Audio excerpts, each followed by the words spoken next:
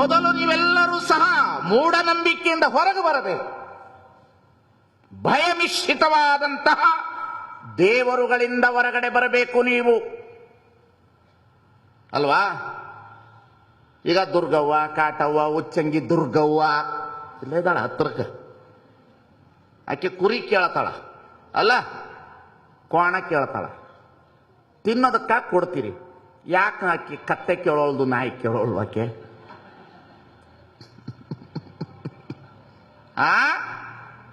ಹೇಳ್ರಿ, ಯಾಕೆ ಕತ್ತೆ ನಾಯಿ ಕೇಳೋದಿಲ್ಲ? ನೀವು ಯಾವ ತಿಂತೀರಿ ಅದು ದೇವರ ಹೆಸರು ಮೇಲೆ ಕೊಡ್ತೀರಿ.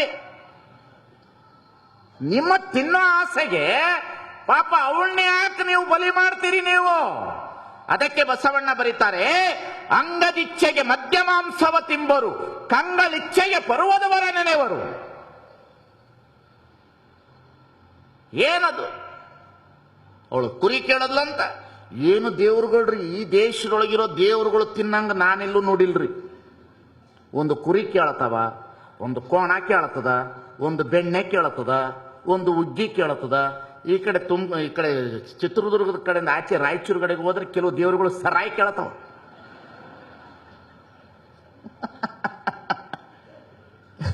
ಕುಡಿತಾವಂತವು, ಅವೆಂತವು ಇರ್ಬೋದ್ರಿ ದರಿದ್ರ. ಇವ್ರು ತಗೊಂಡೋಗ್ಬಿಟ್ಟು ಅದಕ್ಕೆ ನೈವೇದ್ಯ ಮಾಡಿ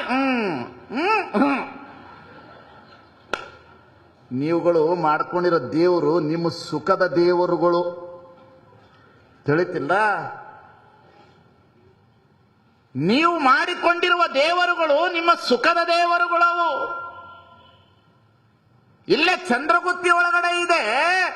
ಚಂದ್ರಗುತ್ತಿ ಒಳಗಡೆ ಬೆತ್ತಲೆ ಸೇವೆ ಅಂತ ಬಂತು.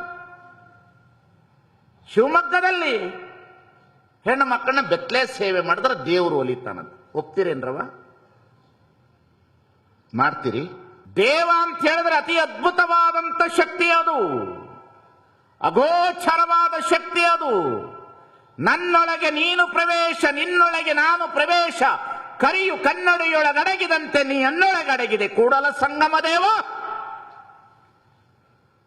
ಎಷ್ಟು ಅತಿ ಅದ್ಭುತ ದೇವರು.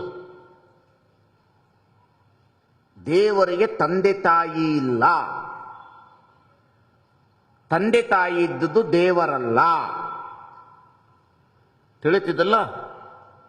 ಗಣಪತಿಗೆ ತಂದೆ ತಾಯಿ ಇದ್ದಾರ, ದೇವರಲ್ಲ. ಪಾರ್ವತಿಗೆ ತಂದೆ ತಾಯಿ ಇದ್ದಾರ, ದೇವರಲ್ಲ.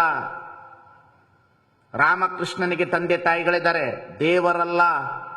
ಬುದ್ಧನಿಗೆ ತಂದೆ ತಾಯಿಗಳಿದ್ದಾರೆ, ದೇವರಲ್ಲ. ಯಾರಿಗೆ ಹುಟ್ಟಿದೆ, ಯಾರಿಗೆ ಸಾವಿದೆ, ಅದು ದೇವರಲ್ಲ. ಯಾವುದು ಹುಟ್ಟಿದೆ, ಯಾವುದು ಸಾವಿದೆ, ಅದು ದೇವರಲ್ಲ. ಸರಿಯಾಗಿ ತಿಳ್ಕೊಳ್ಳಿ ನೀವು ಇಲ್ಲಿ ಕುಳಿತವರು. ಈ ಮಗು ಹುಟ್ಟಬೇಕಾದ್ರೆ ಅವನ ತಂದೆ ಕಾರಣ, ಅವನು ಹುಟ್ಟಬೇಕಾದ್ರೆ ಅವನ ತಂದೆ ಕಾರಣ, ಅವನು ಹುಟ್ಟಬೇಕಾದ್ರೆ ಅವನ ತಂದೆ ಕಾರಣ. ಇದು ಒಂದು ಕಡೆ ಅನವಸ್ಥತಾ ದೋಷ ಹೊಂದಲೇಬೇಕು. ಎಲ್ಲರಿಗೂ ತಂದೆಯಾಗಿ ತನಗೆ ತಂದೆ ಇಲ್ಲದೆ ಇರುವಂತ ವಸ್ತು ಈ ಜಗತ್ತಿನಲ್ಲಿದೆ. ಅದನ್ನ ತಂದೆ ತಾಯಿ ಇಲ್ಲದ ಕಂದ ನಿನ್ನಿಂದ ನೀನೇ ಬೆಳೆದೆಯಲ್ಲ ಅನ್ನತಕ್ಕಂತ ಒಂದು ಸೃಷ್ಟಿಕರ್ತ ಇದ್ದಾನಲ್ಲ, ಅವನೇ ದೇವ ಅನ್ನತಕ್ಕಂಥದನ್ನ ನಾವೆಲ್ಲರೂ ಅರ್ಥ ಮಾಡಿಕೊಳ್ಳಬೇಕು. ಈ ಪೌರಾಣಿಕ ಕಲ್ಪನೆಗಳನ್ನು ಮೀರಿ ನಾವು ಸಮಾಜದಲ್ಲಿ ಬದುಕಬೇಕಂದ್ರೆ